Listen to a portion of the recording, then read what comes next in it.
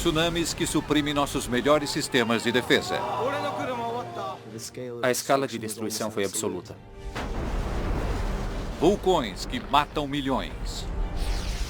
Não queira ser pego num desses fluxos. Você é simultaneamente queimado, sufocado e surrado até a morte. Terremotos que expõem os segredos internos do planeta. E doenças que levam a humanidade à extinção. Só uma olhada e o médico disse: você está com a peste bubônica. Mas quais catástrofes exerceram maior impacto?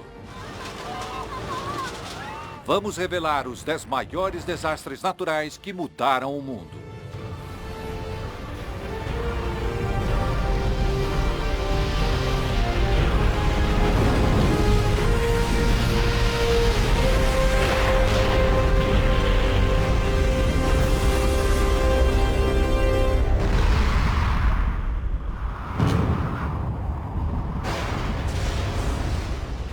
Um desastre natural. Momento em que a força da natureza vai de encontro à humanidade com resultados trágicos.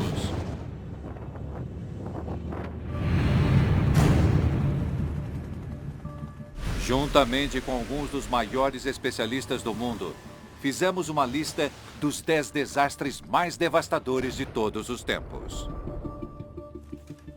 2, 1. Desastres são classificados pela magnitude, pelo legado, pelo número de mortes e pelos custos econômicos dos estragos que causam.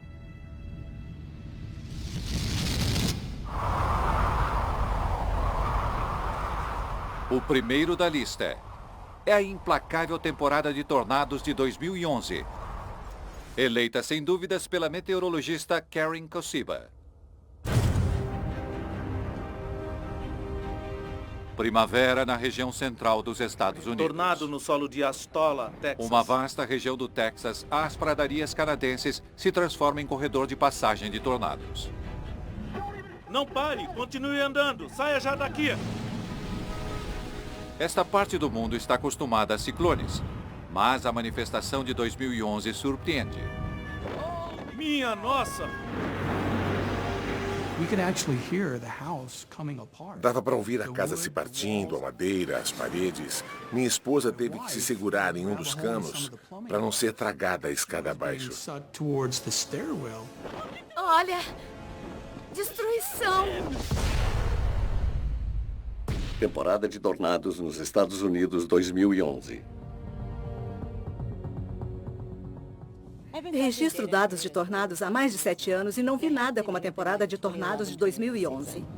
Especialistas em clima, como Karen, estão começando a entender como um tornado se forma.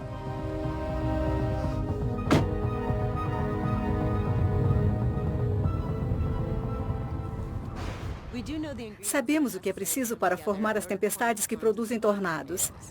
São necessários principalmente 3 ingredientes. Em primeiro lugar, uma massa de ar muito instável.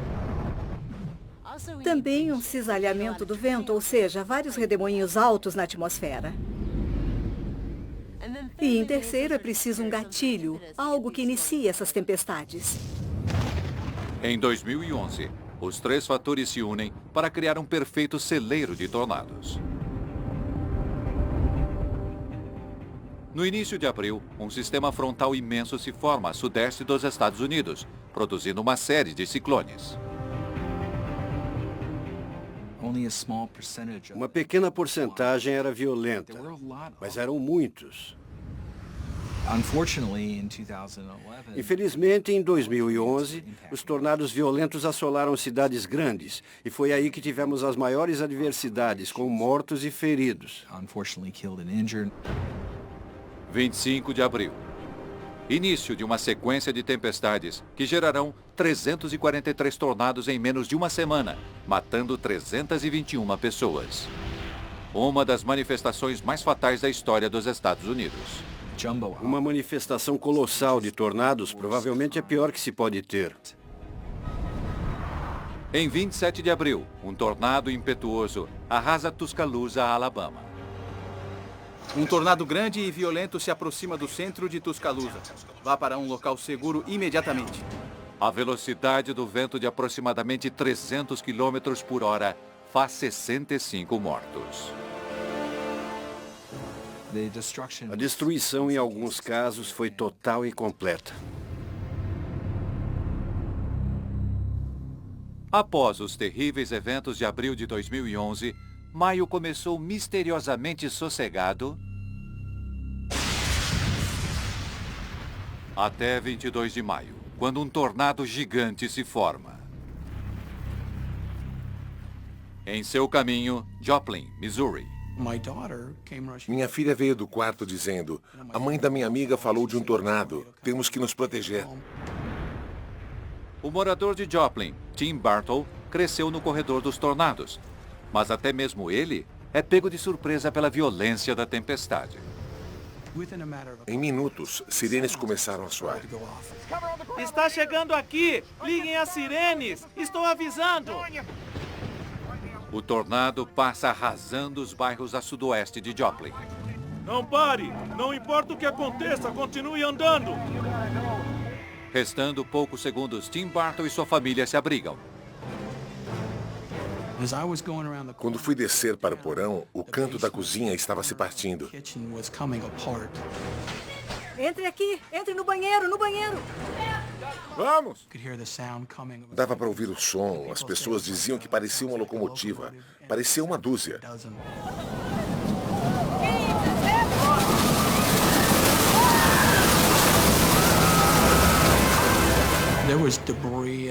Entravam escombros, pedaços de madeira, lama, barro, chuva, vidro, pedras e tijolos pela porta. E passavam por nós. E aí percebi que o tornado estava bem em cima da gente. Dava para ouvir a casa se partindo.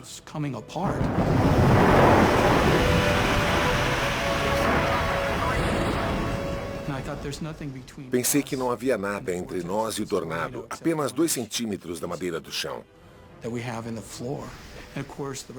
E claro, minha família estava chorando histericamente. Amo vocês. Amo todos vocês. Amo vocês.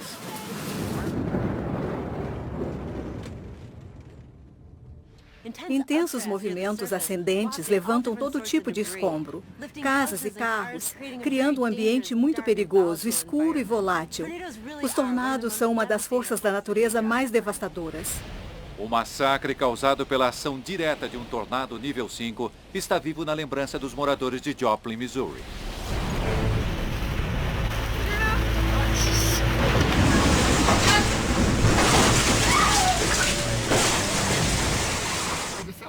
O sul de Joplin foi arrasado.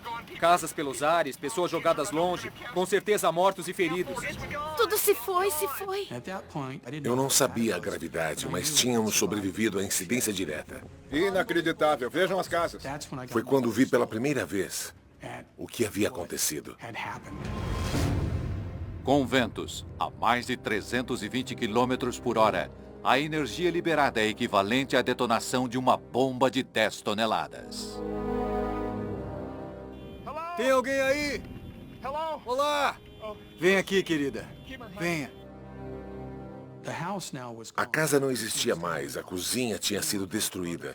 E havia partes de outras casas na nossa cozinha. E no meio do entulho, dava para ver um braço aqui, uma perna ali.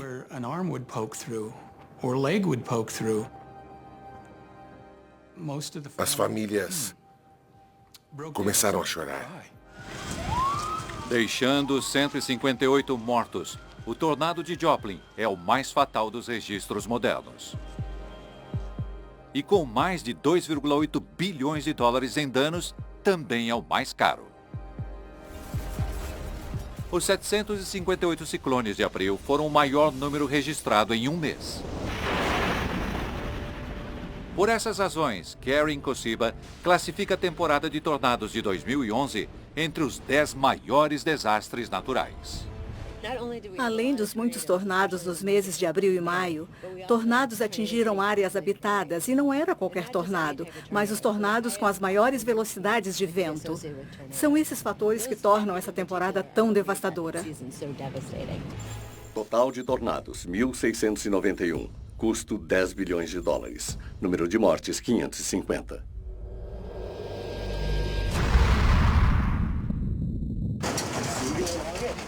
Março de 2011. Um terremoto gigante balança o mundo no próprio eixo. O epicentro, 65 quilômetros da costa do Japão. No Japão há tremores quase toda semana e uma incrível tecnologia para prevê-los. Minutos após o terremoto, um tsunami enorme é detectado correndo em direção ao litoral norte do Japão. O que se segue deixa o mundo abismado.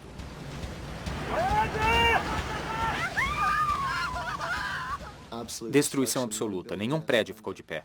O terremoto e tsunami japoneses de 2011 foram os desastres naturais mais caros de todos os tempos, razão pela qual a engenheira costeira Alison Raby listou-os entre os 10. Terremoto e tsunami no Japão. O Japão tem um longo histórico com ondas grandes. A palavra tsunami significa em japonês onda de porto. E devido a esse histórico, o Japão tem um dos sistemas de proteção mais sofisticados do planeta. O Japão está localizado sobre 4 grandes placas tectônicas. Por isso a área é tão volátil geologicamente. E os japoneses são tão preparados para enfrentar essa ameaça. Então, o que deu errado em 2011? Os problemas começaram em 11 de março. Os sistemas de detecção de terremotos previram um enorme tremor de 7,2 graus.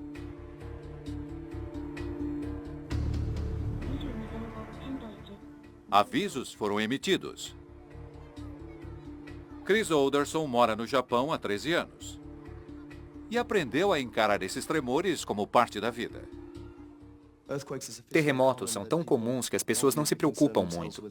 Alguns são tão pequenos que nem são comentados. Outras pessoas prestam alguma atenção, comentam rapidamente com os colegas e voltam ao trabalho. Às 2h46 da tarde, o terremoto começa.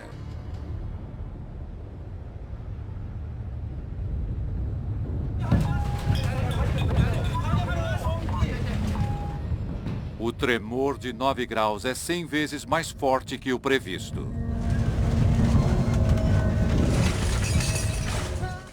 Você espera que eles passem, como sempre, mas só cresceu em força e intensidade, de um modo nunca presenciado por ninguém.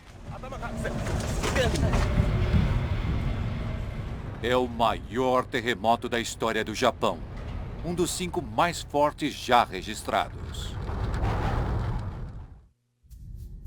O epicentro do terremoto está a 65 quilômetros da costa leste do Japão, onde 300 quilômetros da crosta terrestre sobem 5 metros. É um fenômeno sísmico conhecido como terremoto megatrust submarino. A força das ondas de choque é tão enorme que o Japão se move 2,5 metros e o eixo do planeta é deslocado em 18 centímetros. Apesar da magnitude do tremor, medidas de prevenção limitam o estrago. O povo japonês é muito educado com relação ao comportamento durante esses desastres. Embora houvesse preocupação, não havia o pânico esperado. Tudo indica que a tecnologia protegeu os japoneses. Mas o terremoto é apenas a primeira fase do desastre duplo que enfrentariam naquele dia. O tremor origina um tsunami que se dirige ao litoral norte do Japão. Alison Raby está estudando porque os eventos de 2011 se transformaram em um dos piores desastres do tipo, a ponto de ficar entre os 10. Vamos simular um megatrust usando esta prancha articulada aqui, que representará a extremidade da crosta que se eleva nesse tipo de ruptura.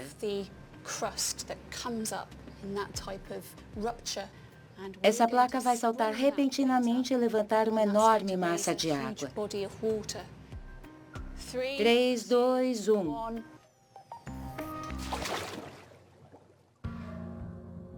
A céu aberto, A onda inicial é relativamente pequena, apenas 1 metro de altura. Mas, ao se aproximar da praia em águas mais rasas, a velocidade diminui e a altura aumenta.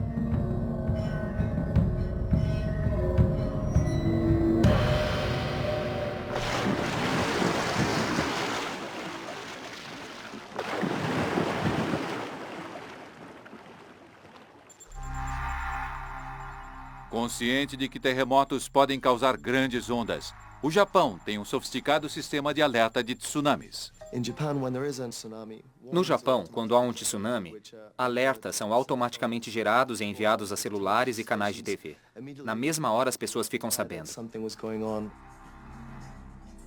No litoral nordeste do Japão, as pessoas começam a evacuar as áreas ou se dirigir a abrigos indicados.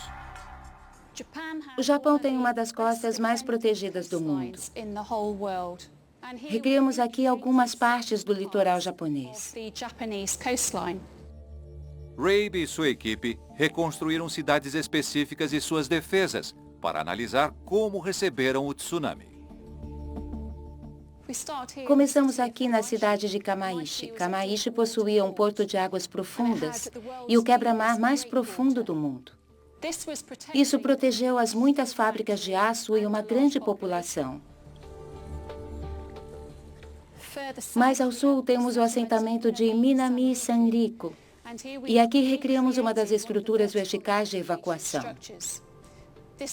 Havia placas claras indicando que subissem ali para escapar da onda por vir.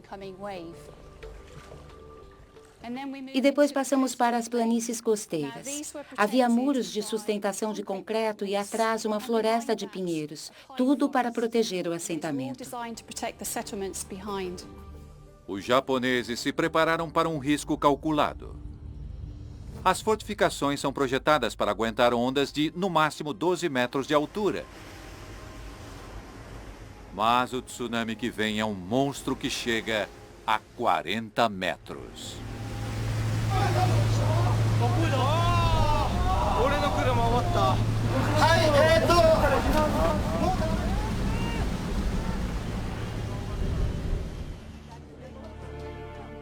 Em Tóquio, Chris Alderson está chocado com o que vê.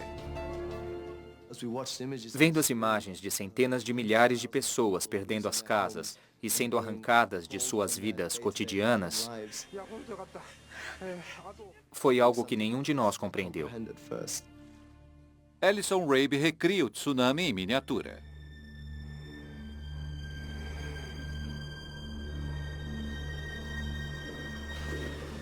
Comparando as imagens de cada cidade atingida pelo tsunami com as maquetes, essa demonstração ajuda a explicar por que as melhores defesas do planeta falharam tão drasticamente.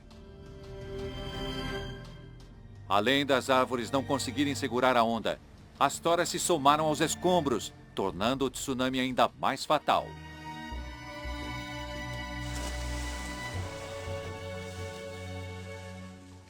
O abrigo em Minami Sanriku permaneceu intacto, mas muitos abrigos semelhantes estavam próximos demais da praia. Mais de 100 terminaram submersos.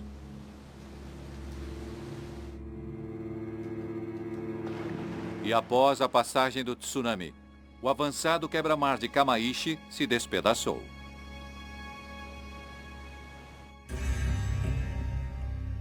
Para ajudar as vítimas, Chris Alderson foi ao norte alagado. Saímos da nossa vidinha cotidiana na cidade grande e viajamos para o que parecia o cenário de um filme pós-holocausto de ficção científica. Vimos pessoas arrancadas de suas casas, a magnitude da destruição e da morte. Havia um barco no meio da cidade e um caminhão grande no telhado de uma fábrica. Parecia outro mundo. Foi difícil acreditar que essa era a nova realidade. E o desastre fica ainda pior, quando um reator inundado da usina de Fukushima Daiichi derrete.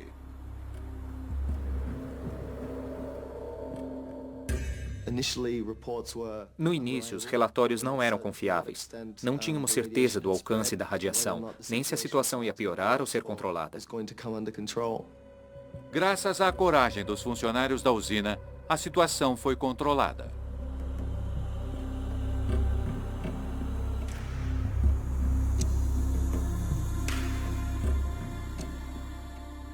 O tsunami gerou danos equivalentes a mais de 200 bilhões de dólares,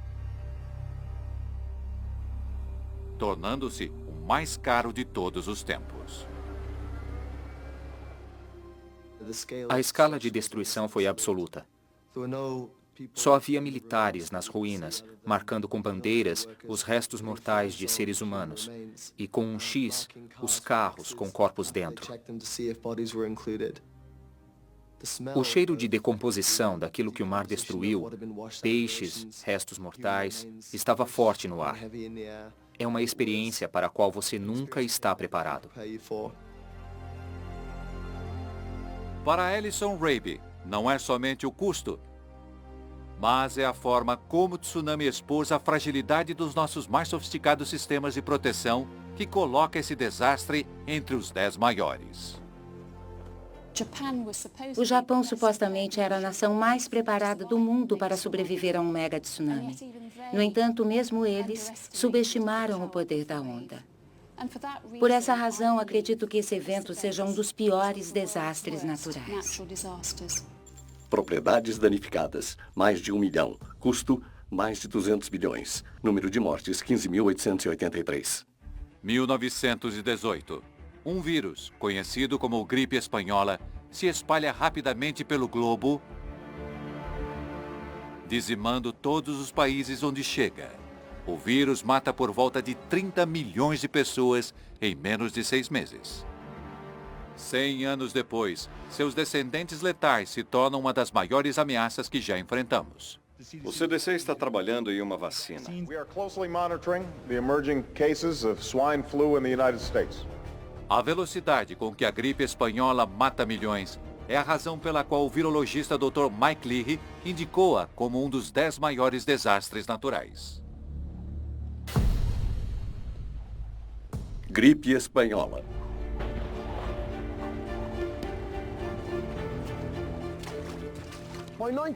Em 1918, a Primeira Guerra Mundial estava chegando ao fim.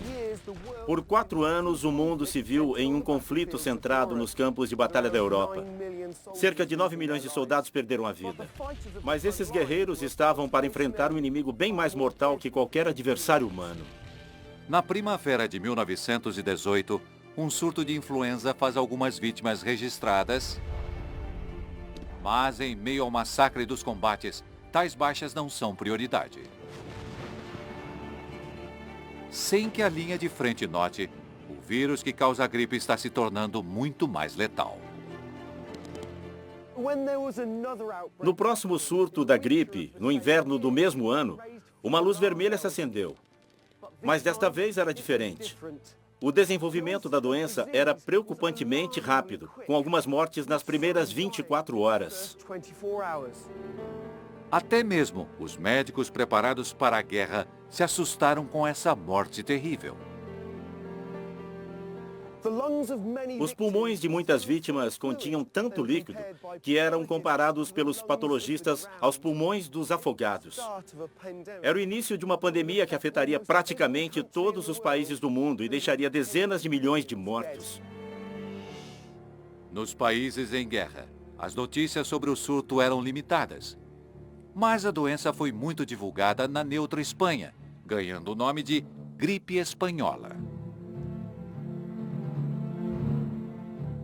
Leahy acredita que as condições nas trincheiras podem dar pistas sobre sua origem. O surgimento de novas doenças virais pode ser frequentemente provocado por interações entre grandes números de pessoas e animais, como porcos. Quando humanos são infectados por um vírus de gripe animal, uma cepa totalmente nova do influenza pode ser criada. Daí vem os nomes gripe suína e gripe aviária. Não é difícil de imaginar o surgimento de um novo vírus durante a Primeira Guerra Mundial, quando grandes quantidades de soldados se alojavam próximo a animais, geralmente na presença de gases que poderiam ser mutagênicos. Em um grupo abarrotado de homens, a doença se espalha. No exército americano, 1 milhão de homens se contaminam com o vírus. Mas a epidemia nas trincheiras é só o começo. Em 11 de novembro de 1918, a paz é declarada. As tropas retornam e involuntariamente espalham a doença por todo o globo, causando uma pandemia. Celebrações em massa aceleram a transmissão e cerca de 1 bilhão de pessoas, metade da população do mundo na época, se infecta. Um dos aspectos mais assustadores da epidemia de 1918 foi a maneira como derrubava os mais jovens. A mortalidade entre 15 e 34 anos era 20 vezes maior que as outras gripes. Por que a gripe espanhola era tão fatal para quem era supostamente mais saudável? Compreender como o vírus ataca o corpo pode ser a resposta. A questão da gripe espanhola e de outras pandemias é que o sistema imunológico ataca o revestimento do pulmão e líquidos e fluidos vazam. As pessoas começam a se afogar nos próprios fluidos. Devia ser horrível de passar por isso e de observar também. Há muitas descrições na literatura médica de pacientes ficando lentamente azuis. Enfermeiras e médicos já sabiam que esse era o fim. E não era exclusividade dos mais fracos e velhos, muito pelo contrário. Com certeza. Ser jovem e saudável contribuía, porque o que causava o dano aos pulmões era, em parte, o sistema imunológico e a chamada tempestade de citocina. O sistema imunológico começava a prejudicar os pulmões, o que permitia a entrada de líquidos e fluidos e o literal afogamento. Os vírus, descendentes da gripe espanhola, ainda arrebatam vidas no século XXI. Em 2009, a gripe suína H1N1 mata mais de 500 mil pessoas, levando a Organização Mundial da Saúde a dar o alerta de pandemia mais alto. A gripe suína é apenas uma das muitas doenças que remontam ao surto da Primeira Guerra Mundial.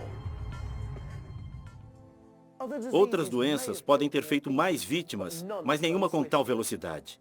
Em 12 meses, a gripe espanhola tomou a vida de 20 a 100 milhões de pessoas. Potencialmente, 10 vezes mais que o número de mortes de soldados durante 4 anos de guerra. Nos Estados Unidos, a epidemia reduziu a expectativa de vida em 10 anos. São estatísticas assustadoras que colocam a gripe espanhola na lista dos maiores desastres naturais. Contaminação global. Pessoas infectadas, 1 bilhão. Número de mortes, até 100 milhões.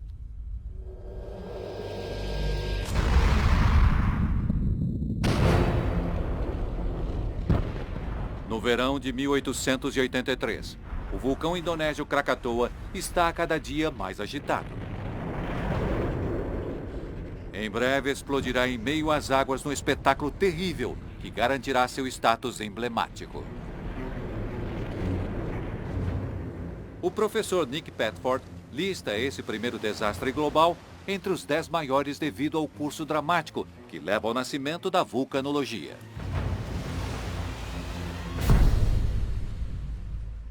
Krakatoa.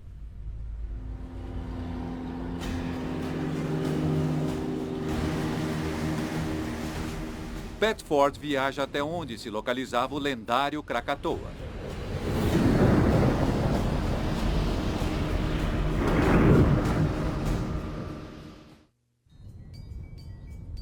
Anak Krakatau é um dos lugares com maior atividade vulcânica do planeta. Aqui, uma grande placa tectônica é empurrada para debaixo de outra, levando à superfície a lava superquente.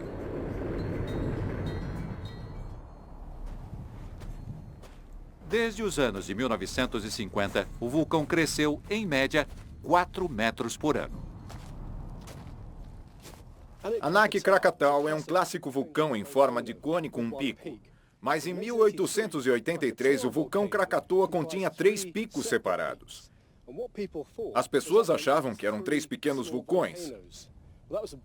Grande equívoco, porque debaixo desses vulcões havia apenas uma câmara de magma que, quando entrou em erupção, liberou energia suficiente para explodir toda a ilha.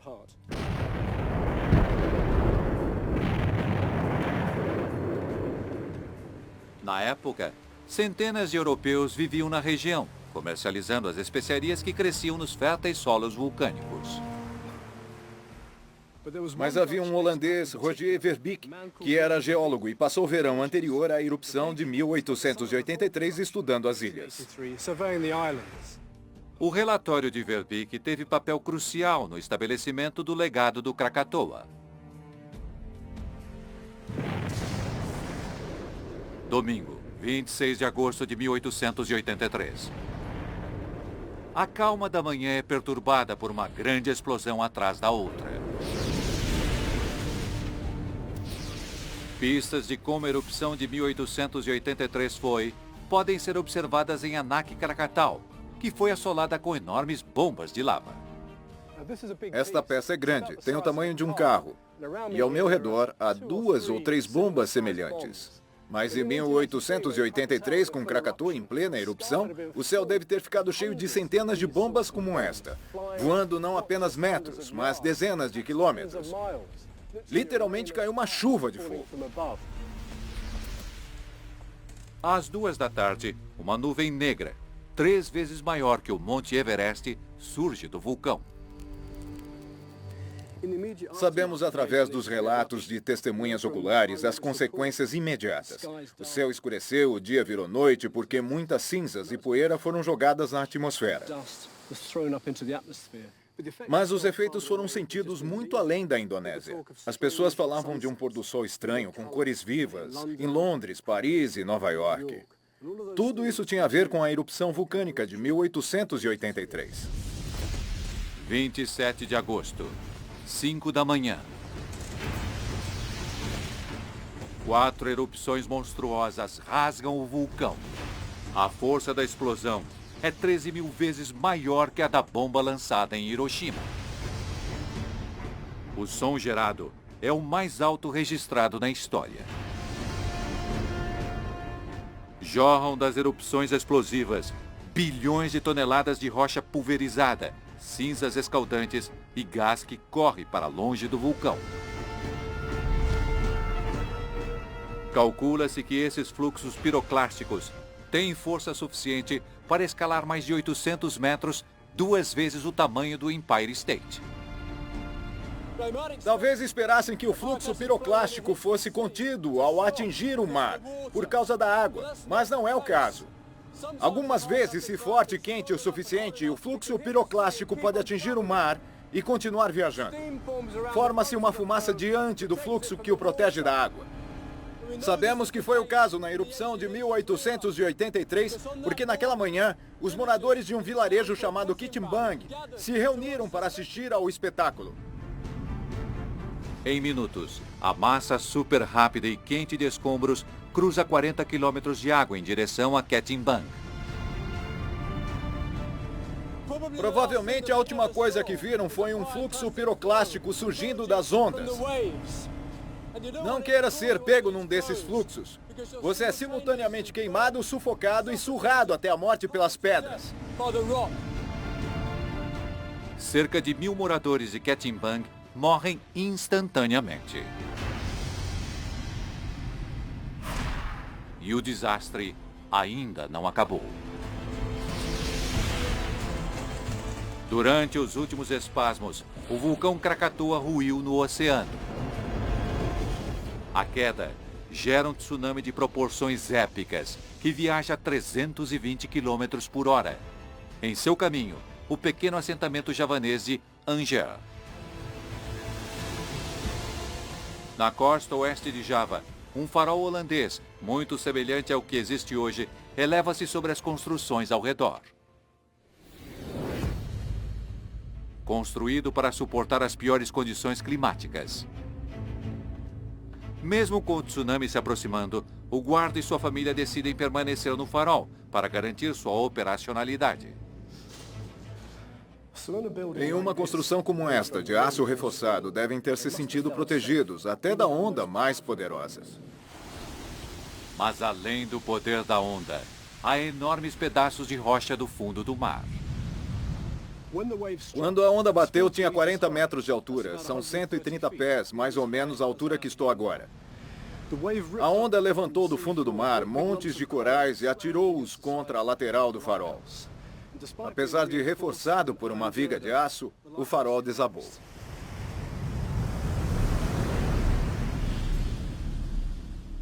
Esses tijolos são o que restou do desafortunado farol. Milagrosamente, o guarda do farol sobreviveu.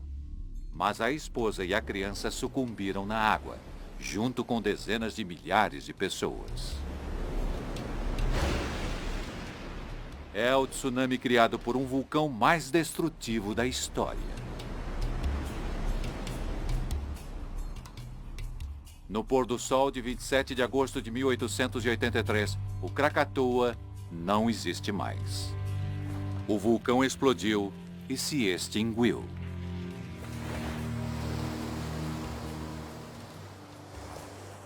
Além da erupção vulcânica espetacular, o Krakatoa é importante por outras razões. Pouco antes da erupção, cabos telegráficos submarinos haviam sido colocados entre Jakarta e o resto do mundo. Quando houve a erupção, as pessoas puderam acompanhar em tempo real como faríamos hoje pela internet. Nesse sentido, o Krakatoa foi o primeiro desastre global registrado.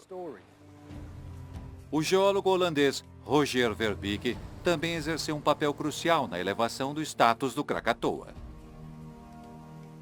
Após a erupção, o relatório dele foi tão criterioso que serviu de base para uma nova ciência, a vulcanologia.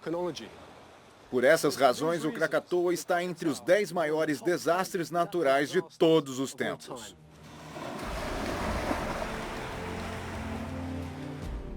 Altura da nuvem de cinzas, 80 quilômetros. Força da explosão, 195 megatons de TNT. Número de mortes, mais de 36 mil. Em 24 de agosto de 2005, uma tempestade tropical se forma sobre as Bahamas. 5 dias depois, deixará a cidade de Nova Orleans em ruínas. Tudo se foi em um piscar de olhos. Uma sucessão de eventos naturais e erros humanos conspirarão para fazer do furacão Katrina o mais dispendioso do mundo. Tudo se foi. Por essas razões, o meteorologista Tim Marshall acredita que esse desastre deve estar entre os 10 maiores. Furacão Katrina.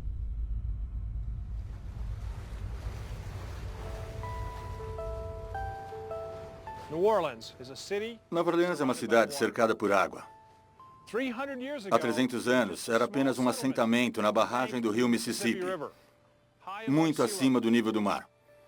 Mas, com o passar do tempo, expandiu-se pelos pântanos, mangues, e hoje as pessoas vivem abaixo do nível do mar na maior parte da cidade. Com grandes áreas da cidade abaixo do nível do mar, as pessoas estão especialmente vulneráveis aos furacões. Não são apenas os ventos fortes que tornam esses sistemas frontais tão perigosos, mas a massa de água que é jogada, chamada maré de tempestade. Muitas mortes em furacões se dão por afogamento. No dia 24 de agosto de 2005, o Centro Nacional de Furacões está rastreando a tempestade tropical que se tornará o Katrina. Quando o Katrina se formou, não havia nada de excepcional. Até aquele momento era muito semelhante aos outros. A tempestade repentinamente se intensifica para a categoria 1. Nossa conduta naquele momento foi tratá-lo como um furacão normal, como muitos que já vimos. Como todos os furacões, o Katrina se forma quando uma massa de ar quente sobe do mar e cria ventos fortes e nuvens carregadas de umidade. Alimentado pelas águas extraordinariamente quentes do Golfo do México, o Katrina cresce rapidamente e vira um furacão poderoso. No Centro de Meteorologia, o Katrina toma conta das telas. As imagens de satélite revelaram um olho enorme. Nesse momento ficou claro que estávamos lidando com um furacão categoria 5. Os dados apontam que o Katrina atingirá Nova Orleans em menos de 24 horas. Tínhamos que começar a emitir alertas e pronunciamentos. Ordena-se que todos evacuem a área imediatamente. Quem pode, foge. 1 milhão de pessoas deixam a cidade. Mas muitos não têm condições de sair. Stanley e Betty Stewart moram no Baixo Distrito 9. Decidimos que não tínhamos condições financeiras de ir a lugar nenhum. Escolhemos ficar, rezar e torcer pelo melhor. Éramos 13 pessoas em praticamente 2 cômodos.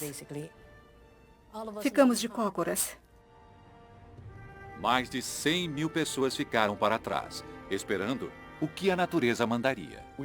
Cobrimos então a porta com toalhas para impedir que a água pudesse entrar. Com um longo histórico de furacões, Nova Orleans é cercada por 560 quilômetros de diques de proteção. Diques são feitos de barro e areia. O problema é que, em todas essas extensões de diques, alguns eram altos e outros baixos. Então estavam afundando. Para piorar, os diques não foram projetados para suportar um furacão da intensidade do Katrina. 29 de agosto, 6 horas e 10 minutos da manhã, chega o furacão Katrina, com velocidade de 210 quilômetros por hora. Com ondas de até 8 metros de altura, é a maior tempestade a castigar a costa do Golfo dos Estados Unidos. Nova Orleans é inundada.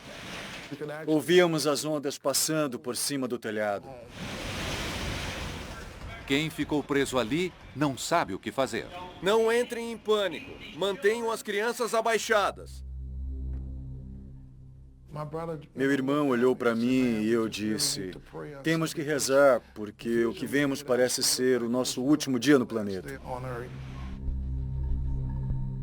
2 da tarde, os moradores do Baixo Distrito 9 têm um problema grave. Está tudo inundado por aqui. Estamos com muitos problemas, muitos problemas.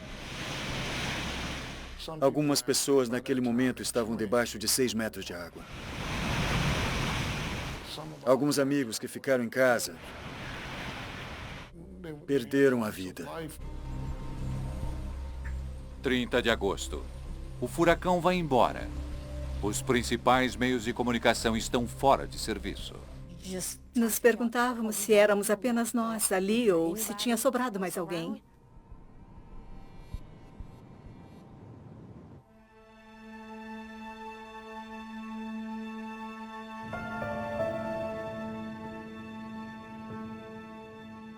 Com a maior parte de Nova Orleans debaixo d'água, os serviços de emergência ficam perdidos.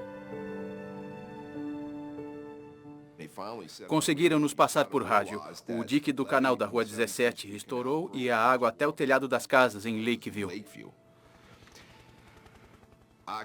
Minha vida mudou naquela hora. Todo mundo entendeu que a situação era completamente nova. A cidade estava inundada. Chris e seus colegas enfrentam um desastre de proporções épicas. Por todo lado, havia corpos flutuando.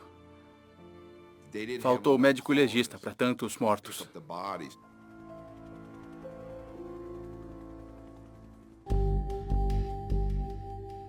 Os sobreviventes estão acampados no Superdome e no centro de convenções. As condições no centro de convenções estavam insuportáveis. As pessoas achavam que o abrigo teria luz, comida, roupas ou água, mas não havia nada. As pessoas foram literalmente abandonadas nas ruas. As mais de 46 mil pessoas não tinham opção a não ser se virar. As pessoas morriam por falta de recursos. Nós pensávamos, meu Deus, será o fim do planeta? Será o fim da vida?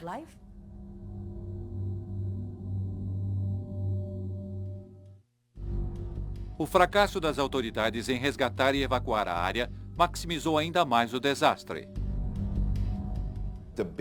O que pegou todo mundo de surpresa foi a inundação. Ninguém esperava que 80% da cidade ficasse debaixo d'água. Passada quase uma década, 1 em cada 5 moradores ainda não retornou. E grandes áreas da cidade permanecem em ruínas. Estou passando pelo Baixo Distrito 9, uma das áreas mais violentamente afetadas pelo furacão Katrina. As pessoas não voltaram para a maioria das casas. Foram abandonadas e estão se deteriorando. É triste porque um bairro inteiro sumiu.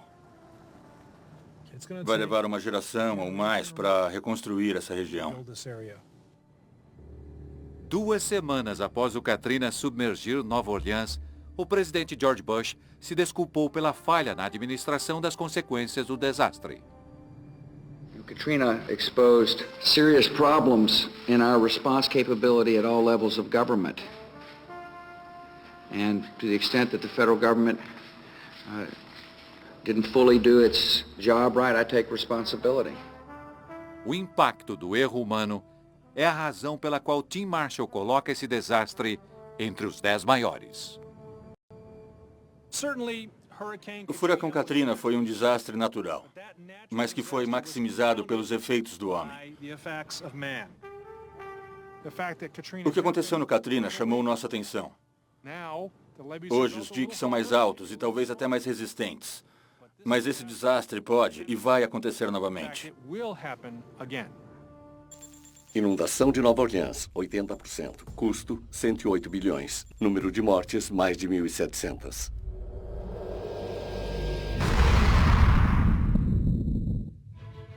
A Terra era assim no fim da última era glacial. O hemisfério norte coberto de gelo. A Europa praticamente irreconhecível. Mas evidências sugerem que o mapa mundi está prestes a ser redesenhado por um mega dilúvio de proporções bíblicas. O oceanólogo Simon Boxall fica fascinado com a ideia de uma enchente que alterou o planeta e a indicou para a lista dos 10. A grande enchente. Esse desastre começa há 10 mil anos, no final da última era glacial. Uma geleira gigantesca cobrindo a área que hoje é o Canadá está derretendo. Com o degelo, forma-se um vasto lago de água doce, maior que o Texas. Certo tempo, a água foi contida por um paredão de gelo. Mas há 8.500 anos, esse gelo cedeu, despejando essa massa de água colossal nos oceanos de todo o mundo. O impacto nos níveis do mar que já se elevavam foi drástico. Subiram de 1 a 2 metros em um curto período de tempo.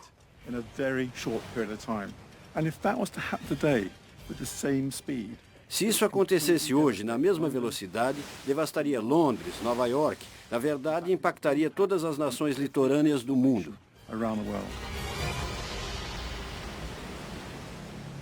E no passado, a elevação do nível das águas que se espalharam pelo planeta também pode ter levado a um desastre. Porque, segundo alguns estudos, a área hoje coberta pelo Mar Negro era lar de uma das maiores populações da época. Há 9.000 anos, aqui havia um vale enorme que dava em um lago de água doce gigantesco. Havia vários assentamentos, fazendas, uma população de mais de 100 mil pessoas. Mas tudo isso mudou com a enchente.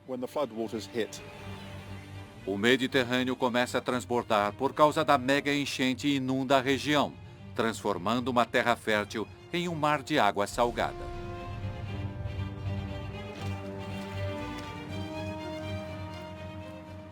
Simon Boxall se encontra com Konstantin Cherev, que em 2011 participou de uma pesquisa no Mar Negro que o levou a uma descoberta surpreendente. Quando escaneamos o fundo do mar, encontramos uma formação muito incomum. Um tipo de morro circular, pouco comum no Mar Negro. Então decidimos mandar uma sonda para pegar uma amostra. Ao examinar cuidadosamente a amostra, os cientistas fizeram uma descoberta inesperada: minúsculos pedaços de madeira. Quando analisamos a madeira e datamos com carbono, descobrimos que era de 9.000 anos atrás. De onde acham que veio? O cenário mais empolgante é que esse morro submerso seja um assentamento humano, porque o tamanho, o formato e a altura batem exatamente com os assentamentos de terra encontrados em todo o leste europeu.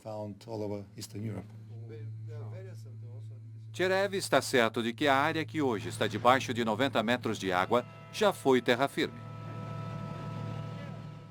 Tenho certeza absoluta disso.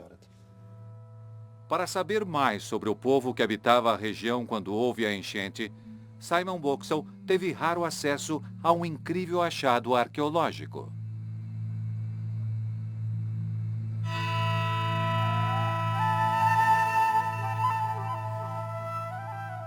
Foram desenterrados de um cemitério vizinho de 6.000 anos atrás mais de 200 esqueletos, junto com um espetacular tesouro em ouro.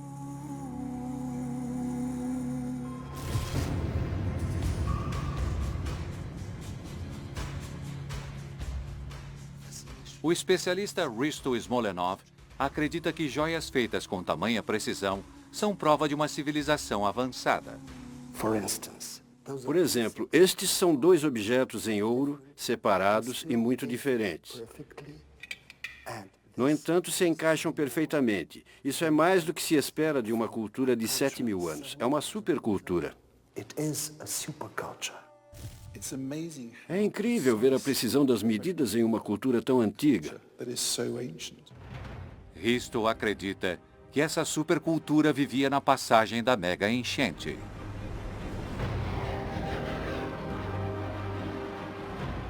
E acredita ainda que o êxodo desse povo teve um papel crucial no desenvolvimento da civilização ocidental. Acho que a migração dessa supercultura, devido aos eventos catastróficos que ocorreram, é responsável por uma migração do conhecimento também. Se Smolenov estiver certo, é possível que a dispersão dessa antiga civilização tenha plantado a semente das culturas egípcias e grega, que se desenvolveram 2.000 anos depois. Simon Boxall está convencido do efeito profundo que essa mega enchente teve na humanidade. Essa enchente dispersou uma civilização prolífica, provavelmente uma das primeiras que conhecemos. Mas essa enchente pode ter catalisado nossa civilização moderna. Por essa razão, acredito que essa enchente do passado mereça estar entre os 10 maiores desastres naturais do mundo. Volume de água, 10 milhões de quilômetros cúbicos. Elevação do nível do mar, 1,5 metro. Pessoas desalojadas, quase 150.000. 1906. São Francisco é a maior e mais poderosa cidade da costa oeste dos Estados Unidos. Mas esses habitantes não sabem que estão vivendo sobre uma bomba relógio. Tudo está prestes a mudar com um grande tremor.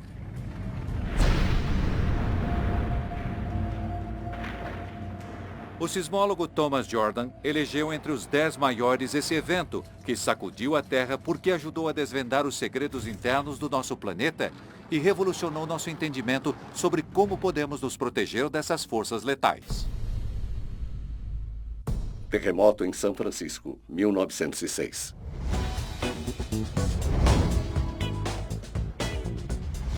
Dias de hoje em São Francisco. As famosas ruas em zigue-zague são uma pista de quão geologicamente ativa é a região.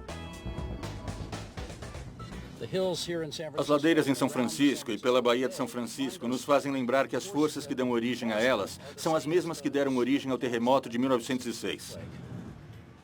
Na época, é claro, que as pessoas não compreendiam que esta linda topografia estava relacionada a terremotos. Isso se tornaria evidente em 18 de abril de 1906. Na noite de 17 de abril, o famoso tenor Enrico Caruso se apresenta na Ópera de São Francisco. Em poucas horas, A cidade orgulhosa se transformará em uma área de desastre.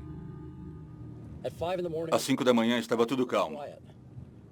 E de repente, às 5:12, veio o terremoto. Um terremoto de 7,8 graus sacode a cidade. As ruas se racham e as pessoas entram em pânico. As pessoas perceberam que era um terremoto, mas poucos compreendiam de onde vinha. E o que aconteceria em seguida? Prédios que não foram projetados para suportar terremotos desabam.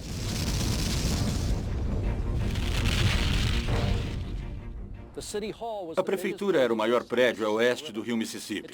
O que os homens levaram 25 anos para construir, o terremoto destruiu em 2 minutos.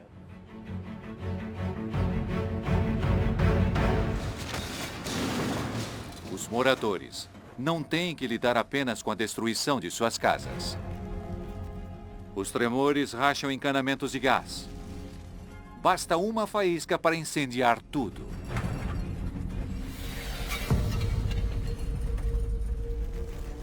Em poucas horas, o inferno consome São Francisco. Provavelmente se iniciaram 50 incêndios nessa região de São Francisco, que se uniram para formar uma fogueira gigantesca que consumiu, só no primeiro dia, todo o centro comercial da Market Street. E as chamas se espalharam no segundo e terceiro dia, a oeste e norte, até Fisherman's Wharf. Durante aqueles 3 dias, a cidade foi praticamente destruída pelo fogo. Após 3 dias, o fogo se extingue sozinho, deixando um cenário de destruição total. 80% da cidade está em ruínas. Mas o que houve em seguida é o que coloca o terremoto de 1906 entre os 10 maiores desastres.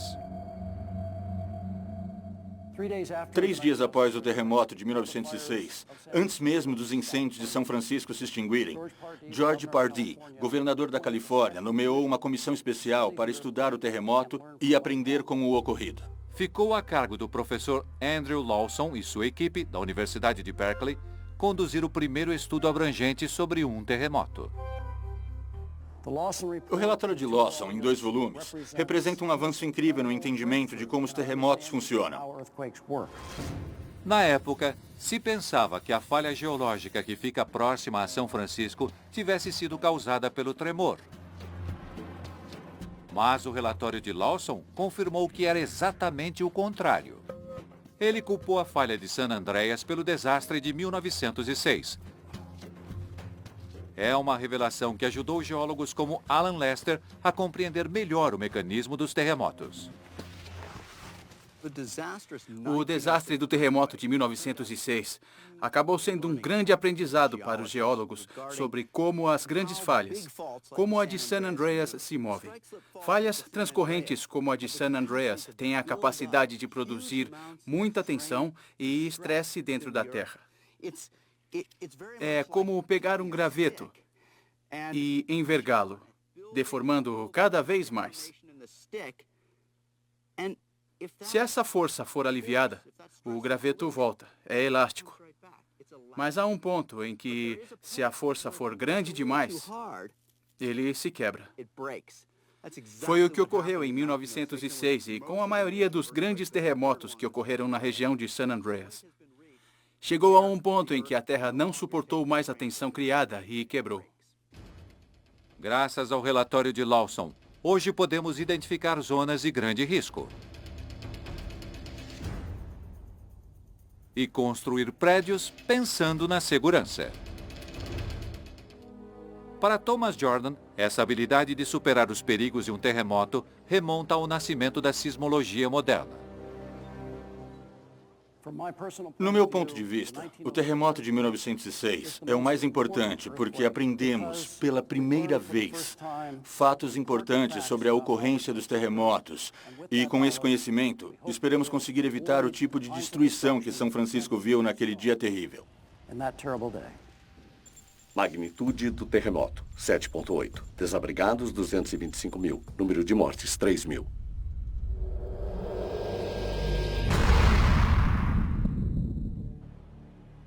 7 de junho de 1783. Por semanas, um estrondo soando das profundezas da terra perturbou a paz do interior da Islândia. Em 24 horas, a terra se rasgará e se transformará em um inferno. É o início de um cataclisma tóxico que tragará o hemisfério norte, fazendo inúmeras vítimas da Europa à Ásia. Embora esse desastre seja relativamente desconhecido, o vulcanólogo Thor Thordarson o classifica como a erupção vulcânica mais fatal de todos os tempos e o elenca entre os 10 maiores. Erupção na Islândia, 1783. Localizada bem na dorsal mesoatlântica, onde duas grandes placas se encontram, a Islândia é um dos locais mais vulcânicos do planeta. Em 1783, as placas estavam especialmente agitadas. Ao se separarem violentamente, uma rachadura de 30 quilômetros, conhecida como fissura de Lake, se abre na superfície terrestre.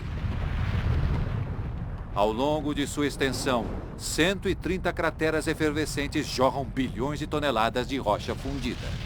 E continuará assim por 8 meses ardentes. É a maior erupção na Terra dos últimos 500 anos, o que faz do Lake um dos grandes da história. Com a erupção do Lake, mais de 40 bilhões de toneladas de lava jorram da fissura, suficiente para tragar uma cidade do tamanho de Chicago. Normalmente, quando a lava é exposta ao ar, se resfria e solidifica, o que limita a distância alcançada.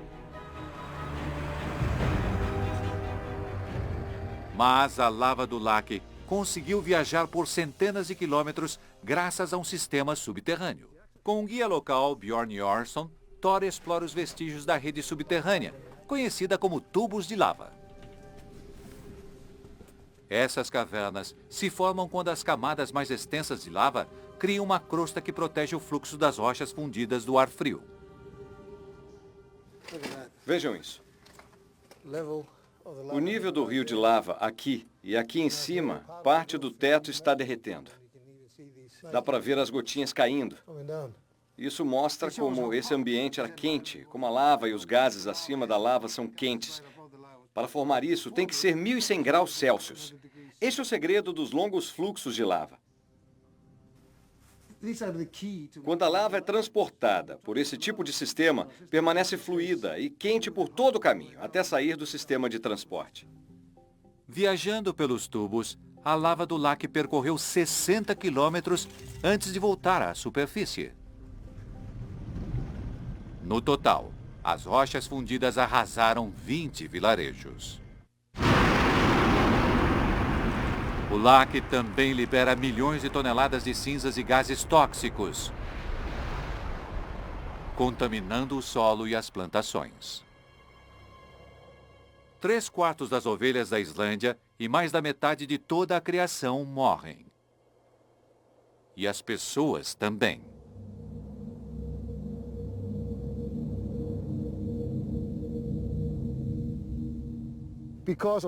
Devido à fome e às doenças, 21% da população da Islândia sucumbiu em consequência da erupção do Lake.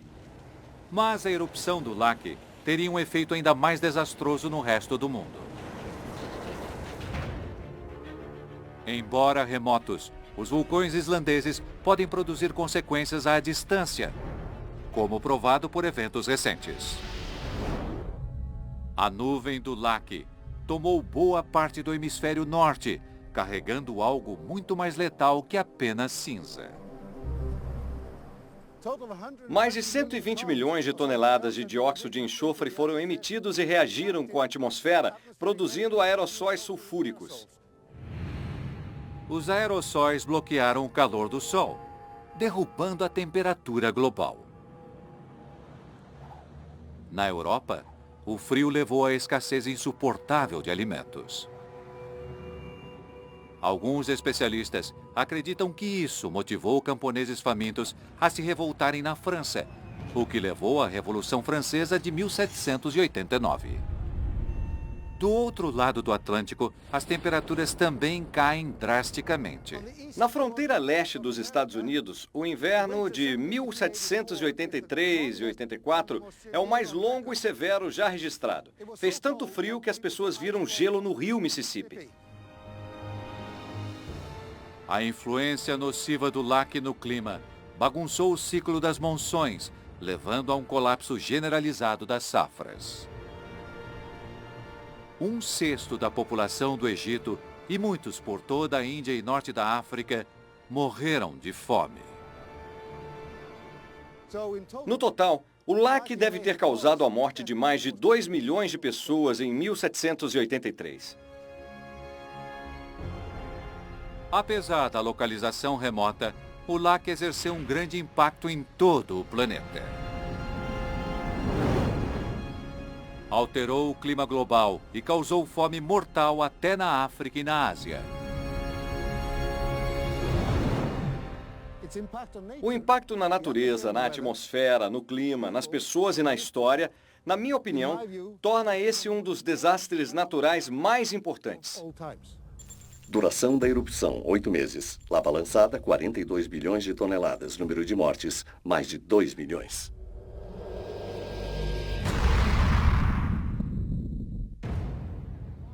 26 de dezembro de 2004. Turistas relaxam nas praias do Oceano Índico. Em apenas 3 horas, a vida de centenas de milhares de pessoas será extinguida. Entre! Pelo tsunami mais mortal já visto. Esse é o desastre que o especialista em tsunami, José Borrero, escolheu para os 10 maiores.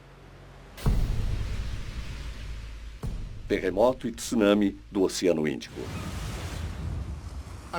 Eu estou em Banda Aceh, extremo norte da ilha de Sumatra, que dá para o Oceano Índico.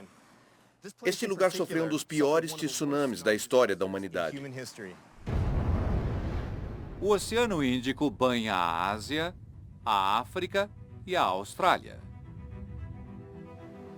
Em dezembro de 2004, milhões de pessoas curtem o Natal nessas praias, incluindo Steve Gill, a esposa Heather e a enteada Charlotte, que estão de férias na Tailândia. Nós havíamos programado de fazer uma ceia de Natal tradicional. Era tudo novo, acolhedor. Chegava a ser rudimentar e muito tranquilo. Idílico, eu diria. Na cidade indonésia de Banda Aceh, o morador Ed Kenslow visita amigos e famílias. Fui dormir na casa de um amigo, e a casa desse amigo era próxima da casa da minha irmã. Às 8 da manhã do dia 26 de dezembro de 2004, tudo mudou.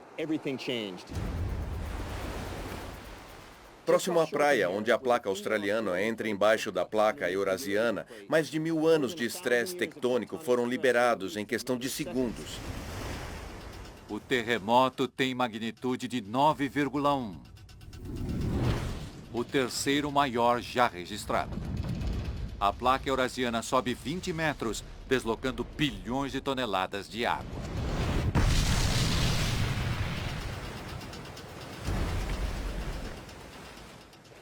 A onda resultante viajou a leste para a Tailândia e Indonésia e a oeste para a Índia e Sri Lanka. E no caminho do tsunami estavam milhões de pessoas. Chegando a 800 km por hora, o tsunami levará 30 minutos para atingir a costa de Sumatra. Cerca de 1 hora depois, chegará à Tailândia. Apesar de terem sentido o terremoto, sem nenhum sistema de alerta de tsunami, as pessoas no litoral do Oceano Índico não se atentam para a ameaça. Vi prédios destruídos. E claro, ficamos com medo. Mas não sabíamos que tinha sido um tsunami. Para quem está de férias na Tailândia, o primeiro sinal do desastre iminente é a estranha visão do oceano desaparecendo. A baía ficou vazia. Eu só vi as pedras. Até o Yacht Club e do outro lado também. Não havia mais nada. Uma das imagens mais marcantes e dramáticas do tsunami de 2004 foi o recuo do mar, deixando toda a orla exposta. Esse fenômeno se chama descida e é causado pelos deslocamentos tectônicos próximos à praia. Com uma parte da placa erguida, outra parte, mais próxima do litoral, afunda, e a água preenche esse buraco, causando o recuo do mar. Se as pessoas tivessem percebido que esse era um sinal do tsunami, talvez mais vidas tivessem sido poupadas.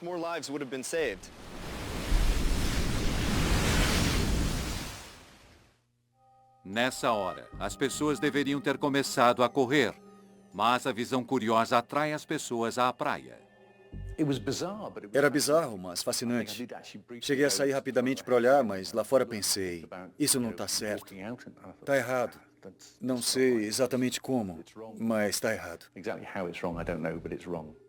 Quando muitos resolveram reagir, era tarde demais. Eu, minha esposa e minha enteada conversamos sobre o que fazer, mas basicamente não conseguimos realizar. Às 8h15 da manhã, o tsunami atinge o norte de Sumatra. A cidade de Banda Aceh, lar de mais de 250 mil pessoas, vivencia toda a sua força. Estou no centro comercial de Banda Aceh e foi desta esquina que algumas das imagens mais dramáticas do tsunami foram feitas. Na rua atrás de mim, o tsunami vem subindo, formando um canal entre os prédios. Vendo o vídeo, vemos que o tsunami avança devagar. Por isso as pessoas conseguem escapar simplesmente correndo ou andando. Mas essa região de Banda Aceh é muito distante do oceano e as pessoas não sabiam o que fazer. A profundidade e velocidade aumentam tanto que o único jeito é subir em algum lugar. E foi isso que esse cinegrafista amador fez. Ele subiu aqui.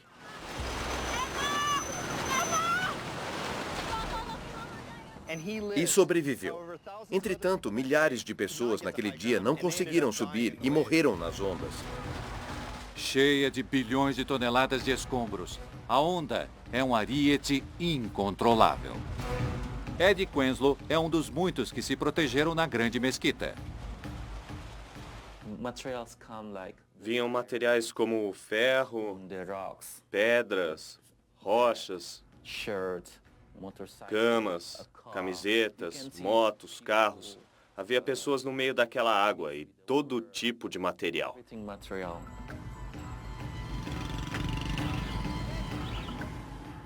A onda do tsunami passou por aqui. Esses prédios são construções fortes de concreto. Muitos não foram derrubados pelo tsunami, mas a água correu por eles, entre eles, e na verdade formou-se um canal, aumentando a velocidade e profundidade. As águas aqui não passaram do primeiro andar. Não passaram de 2,5 metros, 3. Muitos conseguiram escapar apenas subindo para o segundo andar, como o cinegrafista fez na esquina. Eu pensava, vou morrer. E vi que muita gente precisava de ajuda. Mas eu não podia ajudar, porque era gente demais.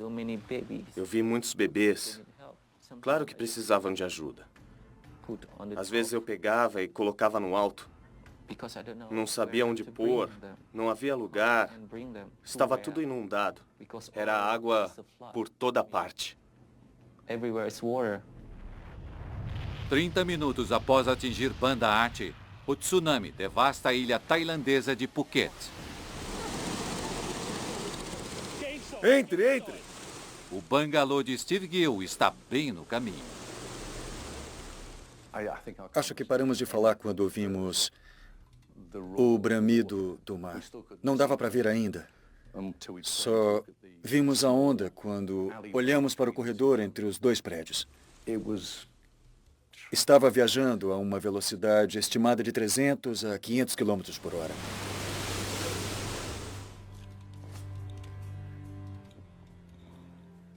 Isso foi... A paisagem foi coberta pelas águas 9 metros de altura.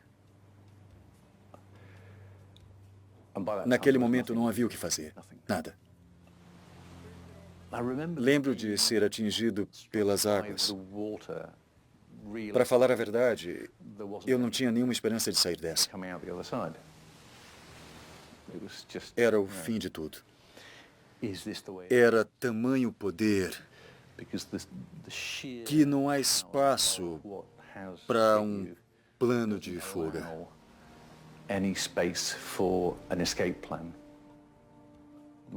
Não há planos para o futuro.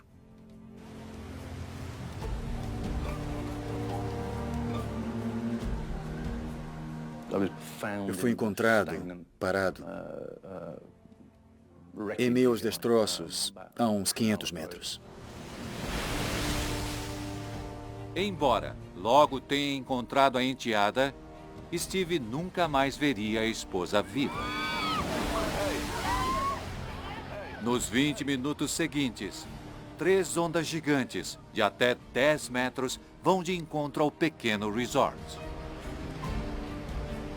1000 toneladas de água invadindo cada metro de litoral. Praia a praia, onda a onda, o tsunami traz morte e destruição. Na Tailândia, faz mais de 5.000 mortos e 3.000 desaparecidos. Na Indonésia, o tsunami acabou com Banda Aceh.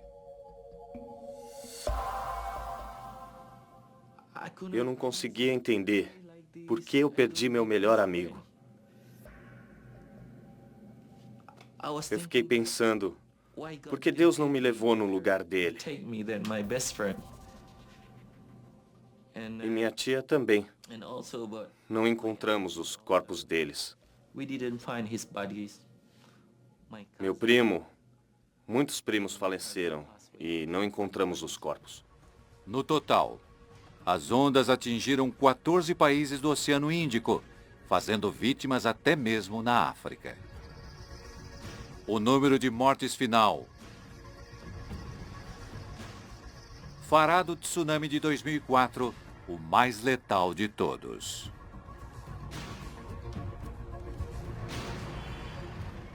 Passada uma década, as ruas de Banda Aceh estão cheias, como sempre. E lições foram aprendidas. Prédios como este foram construídos por toda a região para servir de refúgio seguro caso surja outra onda assassina. Para José Borrero, são uma lembrança poderosa da razão pela qual ele considera esse desastre um dos piores de todos. A combinação de um terremoto excepcionalmente grande e um tsunami que causou um número de mortes tão devastador em tantos países torna o tsunami do Oceano Índico de 2004 um dos 10 maiores desastres naturais. Magnitude do terremoto, 9.1. Desabrigados, mais de 1,5 milhão. Número de mortes, mais de 220 mil.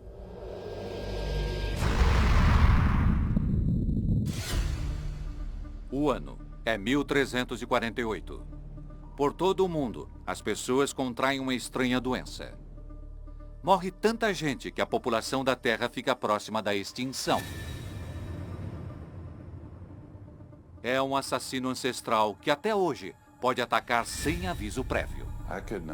Eu não podia mexer um dedo. Não conseguia comer, beber, mexer o globo ocular, nem piscar. A historiadora Susannah Lipscomb elegeu a calamidade apocalíptica da peste negra como o maior dos 10 desastres naturais. A peste negra.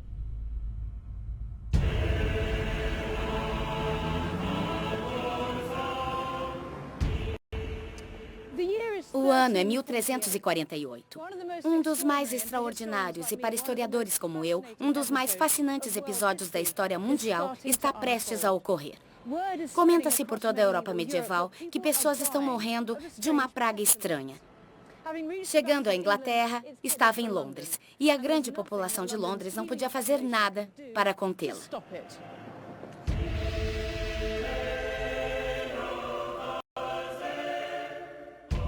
Estranhas protuberâncias negras aparecem no pescoço e virilha das vítimas, chamados bubões. Daí o nome peste bubônica. Em 10 dias de desenvolvimento dos sintomas, mais da metade dos infectados tem uma morte agonizante.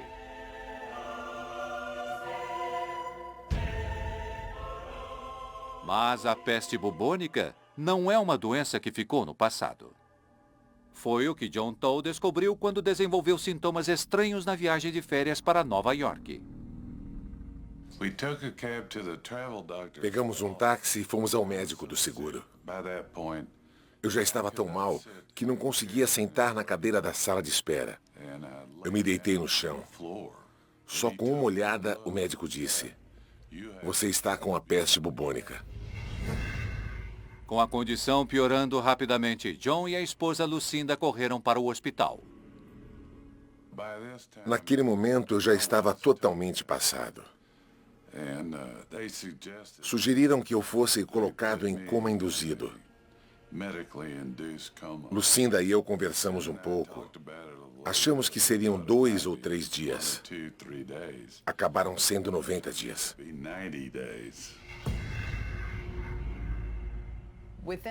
Quando ele estava 2 dias em coma, as extremidades dele começaram a ficar pretas, mãos e pés. Hoje, no Ocidente, as chances de pegar a chamada peste negra são mínimas. Mas no século XIV, as condições eram perfeitas para a peste se espalhar rapidamente. A população mundial se expandiu drasticamente nos séculos passados. Londres passou de uma população de 15 mil no século XII para 80 mil nos anos de 1300. E todo mundo apinhado entre o rio e as antigas muralhas romanas. Londres estava mais populosa do que nunca. Condição ideal para o surgimento de uma epidemia. As condições eram péssimas. Sem um sistema de esgoto, dejetos humanos e animais corriam pelas ruas como um rio. Apesar da sujeira, a Londres medieval é um próspero centro internacional de comércio, como hoje. Isso aqui parece totalmente moderno, mas o comércio faz parte de Londres desde a era medieval. A cidade era lotada. Era um centro comercial.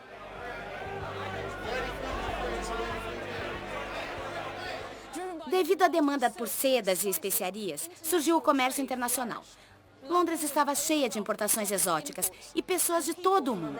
Além de mercadorias e pessoas, Londres também estava recebendo algo indesejado, algo trazido ao litoral inglês. O comércio internacional abre portas para um novo visitante estrangeiro. O rato preto asiático, que prolifera nas ruas imundas de Londres. No dorso desses ratos, pulgas, que hoje sabemos, carregam no estômago a bactéria da peste, Yersinia pestis. Mas no século XIV, sem o conhecimento da origem da peste, as pessoas estão indefesas a essa ameaça invisível. Quando a doença chegou, se espalhou por essa população amontoada e fez um enorme estrago.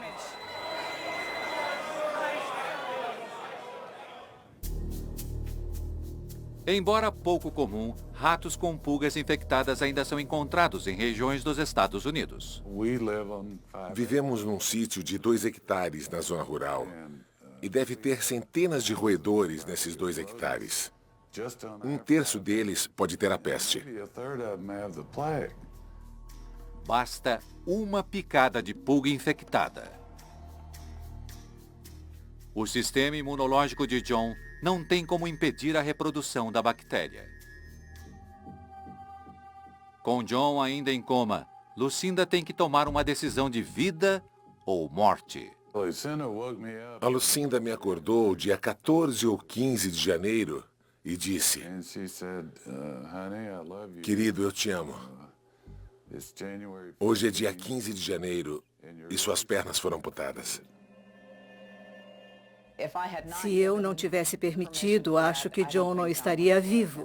E eu estava determinada a fazer tudo o que estivesse ao meu alcance para que ele vivesse. Então foi muito, muito difícil e horrível. Mas tomei a decisão e autorizei que amputassem as pernas dele. Embora a ciência tenha evoluído muito no combate à peste, John Toll é a prova de que essa doença ainda pode causar efeitos terríveis. Na Europa do século XIV, só resta enterrar os mortos.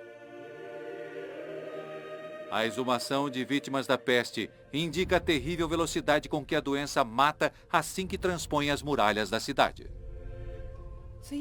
Este é o esqueleto de uma vítima da peste do século XIV? Sim, é.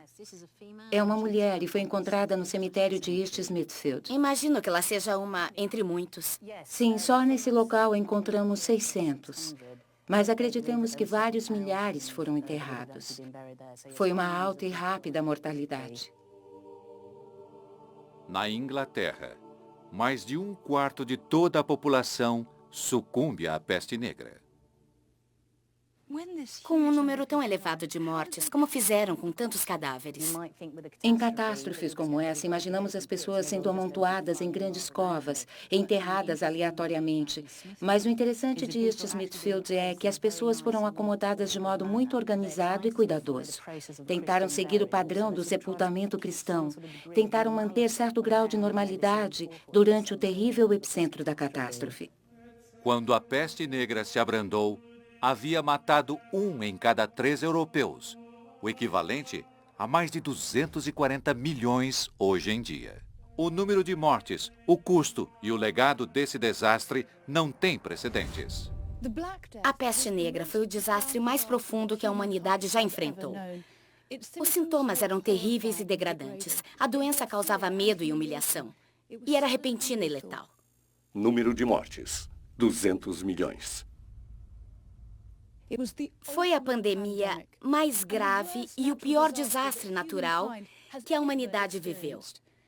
Não é à toa que ainda nos choca 700 anos depois.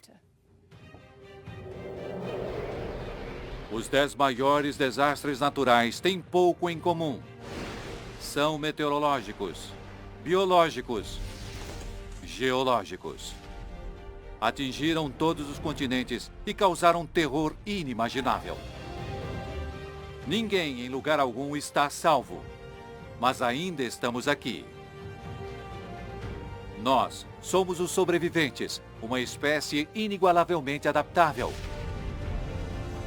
Mas temos que ouvir os alertas da história e nos preparar para os desastres futuros, porque eles voltarão a acontecer.